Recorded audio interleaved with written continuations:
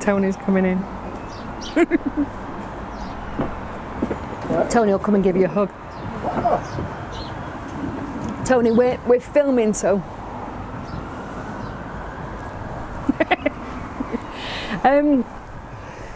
So my interest really started in the voluntary sector on city farms in London. When I graduated from university, I ended up living in London, like you do sometimes, and I discovered city farms, and I grew up on a farm up here in the northwest. So and then I discovered city farms, which I had no idea about, and that's how I got into the movement.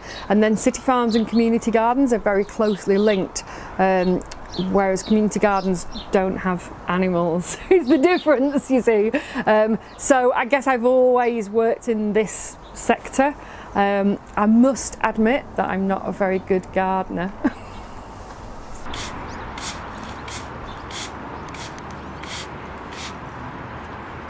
My role at the centre is centre manager, which at the moment is the only senior management role at the garden centre, which means making sure everything happens, making sure all our sessions are delivered, making sure we have enough money to pay salaries, making sure bins are emptied, making sure things get done on time.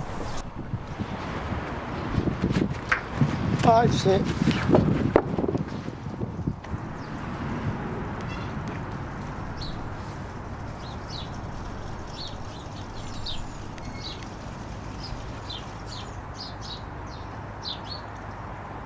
Just looking at loneliness in societies, of how we've evolved into a society that spends a lot of time, like me, on my mobile phone and maybe doesn't see people as much. So I suppose the garden centre brings together everything I believe in, really. It's about people working together, it's about being out in nature, it's about getting your hands dirty, and well, I think that's it really. Oh, it's about having fun, that's the other thing.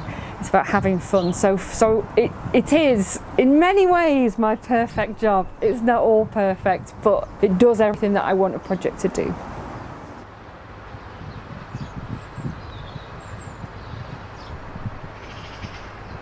We just adapt by having a variety of services and a variety of ways that people can access the garden centre. We developed a set of criteria, really, or outcomes as we call them, of how we helped people. Things like improving confidence, raising self-esteem, making new friendships and connections, things that are really important to well-being of everybody.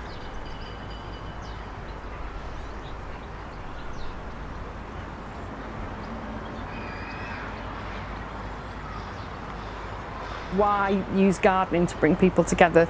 Well, first of all, our primary reason is that we've got a great garden, so that's what we're going to use, and we're all passionate about gardening. But I think in latter years there's been a huge amount of research about not just gardening, just about being outside in nature and its effect on well-being. And we look at the 5 ways to well-being. They all fit gardening really, really well, which is like the proof of the pudding, really, that, you know, get out there, do some gardening, and you're ticking all your 5 ways to well-being boxes, and then the research shows us if you tick those boxes, your well-being will improve. So yeah, do it, do more stuff outdoors.